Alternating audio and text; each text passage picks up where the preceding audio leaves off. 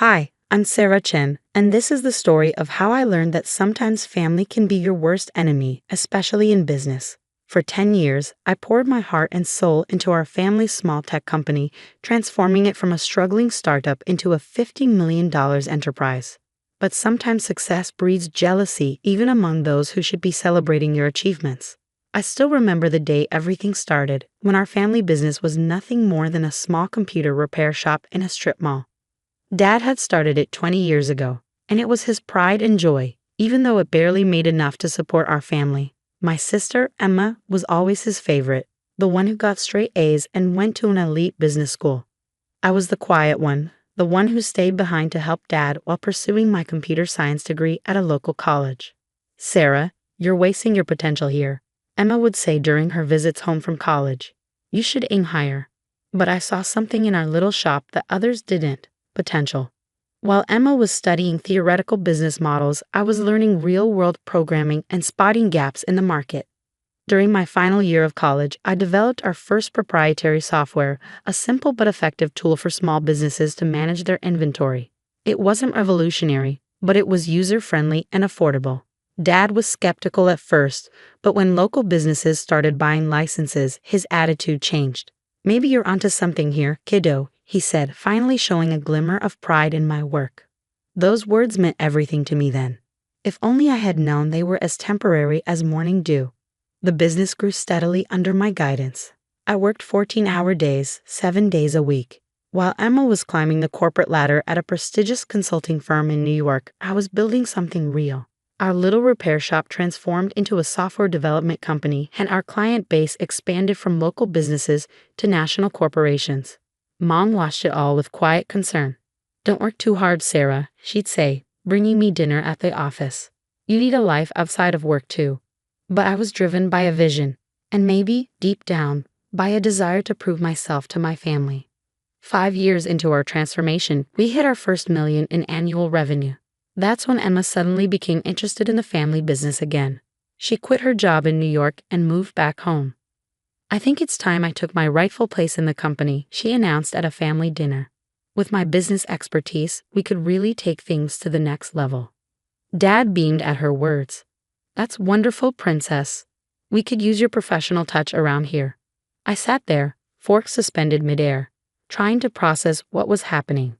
The company I had built from nearly nothing was being handed to my sister on a silver platter. But I swallowed my objections and tried to be a team player.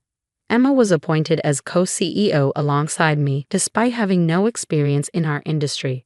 Dad said it would be good for the company image to have someone with her credentials at the helm.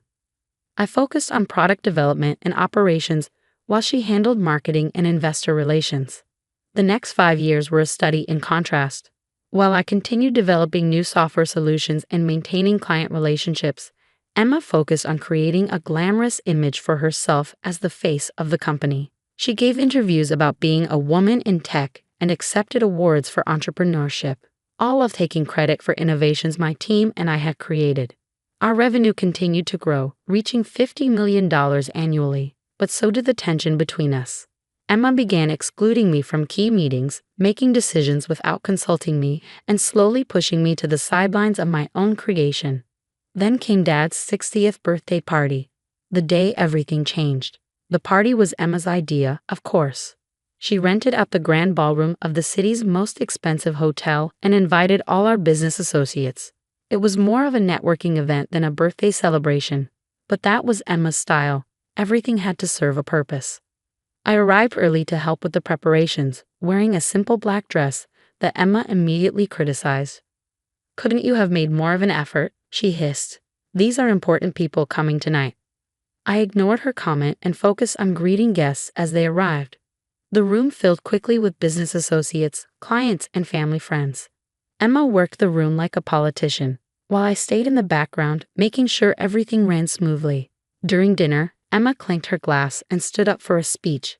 I expected the usual, a touching tribute to Dad, maybe some memories from our childhood. Instead, she dropped a bomb that would shatter our family forever. "As we celebrate Dad's 60th birthday," she began, her voice carrying across the silent room, "I think it's time to announce some changes at Chen Technologies. The board has agreed that the company needs unified leadership to move forward. My heart stopped. Board meetings? What board meetings? For too long, we've been held back by outdated thinking and resistance to change. Emma continued, her eyes fixing on me. That's why, effective immediately, I will be taking over as sole CEO. It's time for certain elements that are no longer serving our growth to step aside. The room erupted in murmurs. I sat there, frozen, as Emma continued her character assassination, disguised as a corporate announcement. Some people, she said, her voice dripping with false sympathy, are better suited to technical roles rather than leadership. My sister Sarah has been adequate in maintaining our legacy systems, but to compete in today's market, we need vision. We need excellence. And frankly, Sarah, you're just not cut out for this level of business. I looked at Dad, expecting, hoping, he would stand up for me. Instead, he was nodding along with Emma's words, a proud smile on his face. Mom stared at her plate, her hands trembling slightly. The truth is, Emma continued, her voice rising, you're worthless in today's business world, Sarah. Your old-fashioned ideas and lack of proper business education have become a liability. It's time for you to step aside gracefully. The silence in the room was deafening. Hundreds of eyes turned to me, waiting for my response. I could feel the pity, the schadenfreude, the judgment. Everything I had built, every sacrifice I had made, was being stripped away in front of everyone I knew. I stood up slowly, my chair scraping against the floor. The sound echoed through the ballroom like a gunshot. Everyone expected a scene, perhaps tears, maybe a shouting match. Instead, I simply picked up my purse, walked to Dad's table, and placed a small wrapped package in front of him. Happy birthday, Dad, I said quietly. Then I walked out of the ballroom, head held high, leaving behind the whispers and stares. That night, as I sat in my home office surrounded by awards and patents that bore my name, I made a decision. Emma thought she had won, but she had forgotten one crucial detail, something that would turn her moment of triumph into the biggest mistake of her life. As I powered up my laptop and began typing, a small smile played on my lips. Tomorrow would be interesting indeed. After all, there's more than one way to run a successful business, and I had learned more in 10 years than Emma had learned in all her fancy business classes. The next morning would bring changes that none of them saw coming, changes that would make them realize exactly how worthless I really was. The next morning dawned bright and clear. I arrived at the office early before anyone else and waited. At precisely 9 a.m., Emma strutted through the front doors with Dad beside her, both wearing triumphant smiles that were about to be wiped from their faces. Sarah? Emma's voice held a mix of surprise and annoyance. What are you doing here? I thought after last night, you'd have the dignity to stay home. I smiled, remembering the email I had sent at 3 a.m. to every major client, partner, and employee of Chen Technologies. Just wrapping up some loose ends, sister dear. But since you're here, we should probably talk about the company's future. There's nothing to discuss, Dad interjected, his voice firm. Emma's in charge now. The board has already approved it. Ah yes, the board, I said, pulling out my tablet. Let's talk about that. You see, while Emma was busy planning parties and giving interviews, I was actually building this company. And there are a few things you both seem to have forgotten. I pulled up a document on the conference room's main screen. First, let me remind you that I own 51% of Chen Technologies shares. When we incorporated 10 years ago, Dad gave Emma and me equal shares of 25% each, keeping 50% for himself. But 3 years ago, when we needed capital for expansion, Dad sold me 26% of the shares. Remember that day, Dad? You were too busy attending Emma's award ceremony to handle the negotiations yourself, so you signed the papers without reading them carefully. The color drained from both their faces. Emma's perfectly manicured hands gripped the conference table. That's impossible, she whispered. Dad would never. Oh, but he did. I continued, pulling up more documents. And that's not all. The core software that generates 80% of our revenue, it's not owned by Chen Technologies. It's owned by my separate company, Innovate Solutions LLC. Chen Technologies only has a licensing agreement which expires, I checked my watch, about 10 minutes ago. Dad collapsed into a chair, realization dawning on his face. The renewal papers. The ones you asked me to sign last week. The ones you were too busy to read because you were helping Emma plan the party. Yes, those papers. I decided not to submit them. Emma's face contorted with rage. You underhanded little. Careful, sister, I cut her off. You might want to hear the rest before you finish that sentence.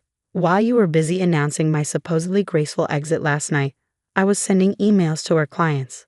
You see, most of our major clients have personal loyalty clauses in their contracts. They signed with Chen Technologies because of me, my expertise, and my track record. Last night, I informed them of the leadership changes and my departure. I pulled up my email showing the dozens of responses that had already arrived. Would you like to know how many have already triggered their contract termination clauses? Or how many of our top developers, who by the way are actually employed by Innovate Solutions, have already accepted positions at my new venture? The room fell silent. Through the glass walls, we could see employees gathering, whispers spreading as they checked their emails. Emma's perfect composure cracked as she frantically checked her phone. You can't do this, she stammered. The company you tried to steal from me? I finished for her. The one you thought you could just take over because you have an MBA and Dad's approval. That company ceased to exist the moment you decided to humiliate me in front of everyone we know. I stood up, smoothing my dress. So here are your options. Option 1. I walk away with my shares, my software, my clients, and my employees. Chen Technologies becomes an empty shell, and you can explain to all those important people you invited last night why the company's value dropped to zero overnight. Dad's face had aged 10 years in the last 10 minutes. And option 2, he asked weakly. Option 2, you both resign. I take full control of Chen Technologies. You keep your shares as silent partners, receiving dividends but having no say in operations. Emma gets a nice severance package and glowing references for her next job, somewhere far away from here. Emma's face had turned an interesting shade of red. You planned this all along, didn't you? You've just been waiting for the right moment to stab us in the back. I laughed, but there was no humor in it. No, Emma.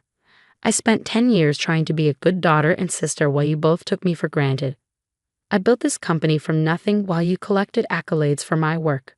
I only planned this. I checked my watch again, about 12 hours ago, after you called me worthless in front of everyone we know.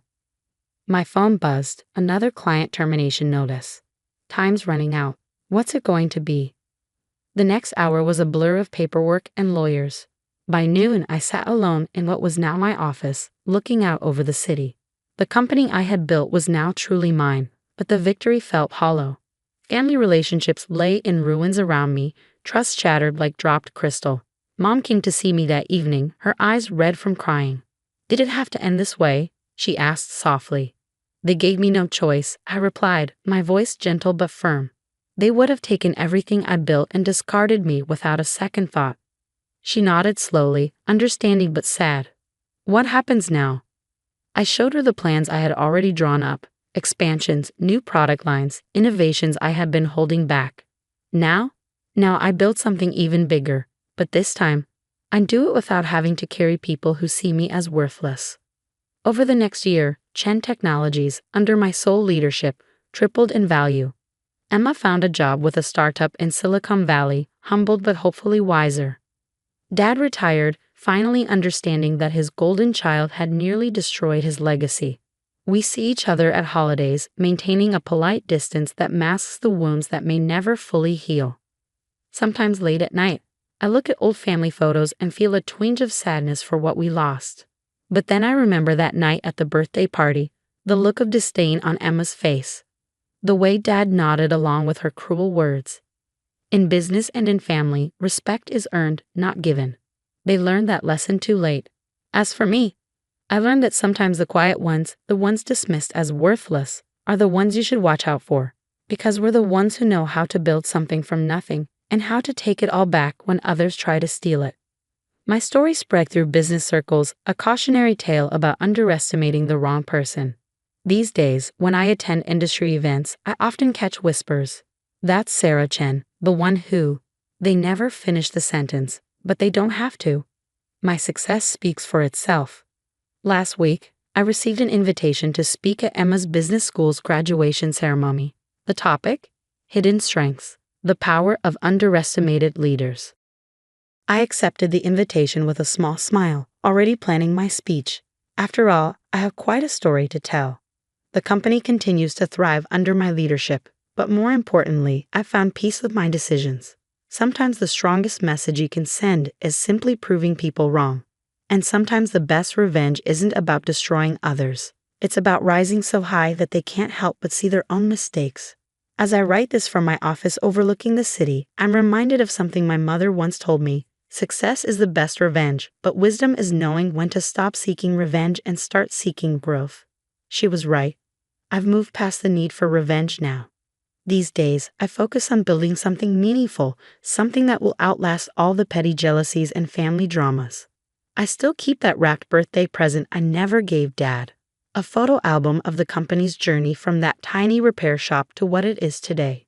Maybe someday, when the wounds have healed enough, I'll finally give it to him. Until then, it serves as a reminder that our greatest strengths often come from the very things others underestimate about us.